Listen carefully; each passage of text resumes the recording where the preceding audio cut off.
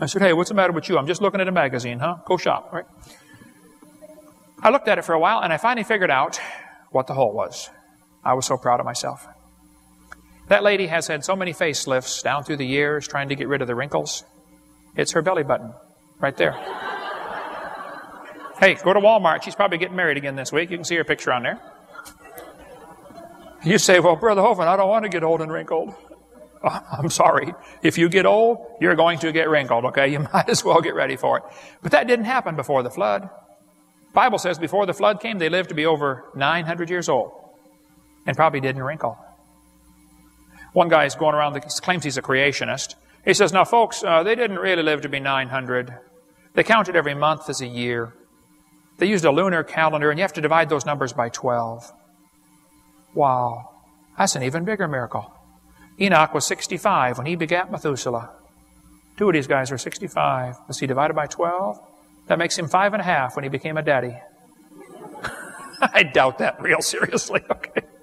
I'd have a hard time believing that. No, they really were living to be 900, and they got bigger. Here's me by Robert Wadlow, tallest man in this century, 8'11¼ had a size 37 shoe. Pretty big boy, okay? Robert Wadlow would have been just a few inches shorter than Goliath, who was about 9'5" or 6.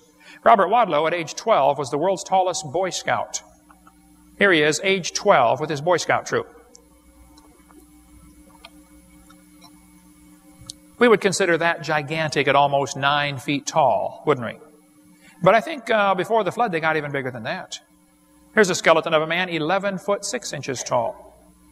Well, long, not tall. He's laying down now. 11'6". How'd you like to have one of those guys on your basketball team? Well, UT would be the champs from now on, wouldn't they? 11'6". Now, sometimes the women get upset with me and they say, Hovind, you said that was a skeleton of a man. Maybe it was a woman. Well, I taught biology and anatomy, okay? I happen to know how to tell the difference between a male and female skeleton. It is not the number of ribs. Only Adam was missing a rib, and only for a short time. Because there's only one bone in the human body that'll grow back if you take it out. Your lower rib will grow back if you remove it. You know, lizard's tail grows back if you cut it off. The lower rib will grow back if you take it out. Well, you'd almost think God knew what He was doing if you didn't know better. But anyway, there are two ways to tell the difference between a male and female skeleton. One way is to look at the feet. If they're pointed toward the mall, it's a woman. The other way is to look at the process on the temporal mandibular joint. If that joint right there is worn out more, it's a woman. One lady said, that's because we have to tell you men everything twice. You don't listen first time. Guilty, guilty. Tallest man today, it was 8'4" when this picture was taken. I've been told he's now 8'7", living in Ukraine. Pretty good sized boy. 8'7", big hands. There he is trying to use a cell phone. That'd be tough, wouldn't it? Roman Emperor Maximus was 8'6", 2,000 years ago, where we get our word maximum from. A 9'8" skeleton was found in Indiana. Two skeletons, 9 feet tall, found in Virginia City.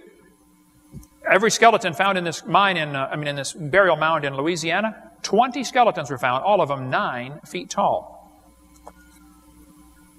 Skeleton 10 feet tall, found in Humboldt Lake, Nevada. And in Guam, they have a legend that the giants used to live on the island of Guam and built these big latte stones over there. In Indiana, 8 giants were found, ranging from 8 to 9 feet long, wearing heavy copper armor. The museum was not interested in them. Why would a museum not be interested in 9-foot skeletons to put on display? Could it be that there's a theory called evolution which says we started off small and we're getting bigger? Which makes us feel important, of course, you know. We're evolving. Ye shall be as gods. You're getting better. Could it be the truth is exactly the opposite? People were much bigger before the flood and now we're getting worse? And maybe they're trying to hide that? A 12-foot skeleton found in Lompoc Rancho, California. Another 12-footer found in Tucson, Arizona. The guy had 6 toes. 6 fingers, 6 toes, and a bird-shaped headdress. When the Mexicans, Cortez, went to Mexico and conquered part of it, the people who lived there said, oh, there used to be giants that lived on this continent. They brought a bone of one of these guys out. Just the thigh bone was as tall as Cortez. Just the thigh bone. And he said, I'm a man of good size. He said, I'm a good-sized guy, and this was the same size as me. This is a giant block of rock. Who on earth is moving these things? Consider that's a camel in front of it for scale. Who's cutting and moving these things? This is a 39-pound axe head. Swing a 10-pound sledge for a few minutes and see why I'm wondering who's swinging a 39-pound axe head. This is a stone designed to be held between the thumb and finger for chipping. The Smithsonian is responsible for hiding most of the discoveries of giant humans. They don't want people to know about these giants because it goes against the evolution theory. This skull used to be on display in Winnemucca, Nevada until a few years ago when they took it down. It's in the basement. You have to specially ask to see it. A giant human skull. Here's a normal human thumb bone. Underneath is a giant human thumb bone. This is part of a skeleton found at a grave in Turkey right near Mount Ararat. The government of Turkey says they have found the grave of Noah. The skeleton was 12 feet tall. Now that would make his cubit a little bigger, wouldn't it? People say, 1 man and 3 boys could never build a boat that size. You didn't see those boys. Hey, Bubba, bring me that tree, would you? Sure, Dad. Where do you want it? We've got a replica of a thigh bone in our museum from a guy that would have been about 13 feet tall. If you meet a guy like that, call him Sir. There's an article on the table all about it down here if you want to read more on this one. These jawbones are on display at a hotel in Turkey, 6.5 inches across the TMJs. Any one of you could put your head inside the jaw and bounce it around. Waukesha, Wisconsin. They found a human skull 3 times the size of ordinary humans, found in an Indian burial mound. Giants round the earth in those days. That's what the Bible says. There were giants here. Well, the Bible says we're made in God's image. Now, if we're made in God's image, why do we pay to teach the kids that this is Grandpa? What is the truth about the cavemen? Where do cavemen fit into this picture anyway? I mean, if the Bible's true and the earth's only 6,000 years old, what about the cavemen? Oh, we'll cover that after a quick break. Cavemen coming next.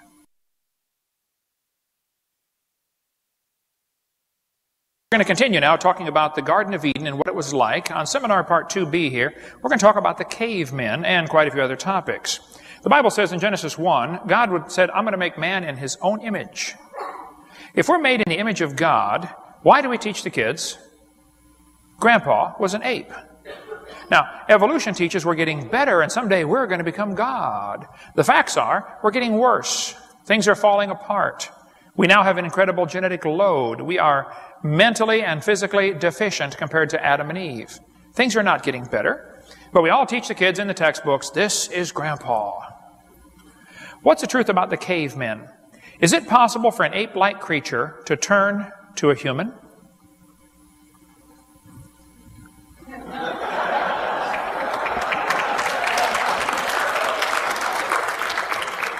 Well, it depends what you mean by caveman. Okay, there are people today who live in caves. Okay, we don't call them half ape, half human. There's the world's most wanted caveman right there, Osama bin Laden. There's a former caveman. I think someone's trying to make a monkey out of us. Was your ancestor an ape-like creature?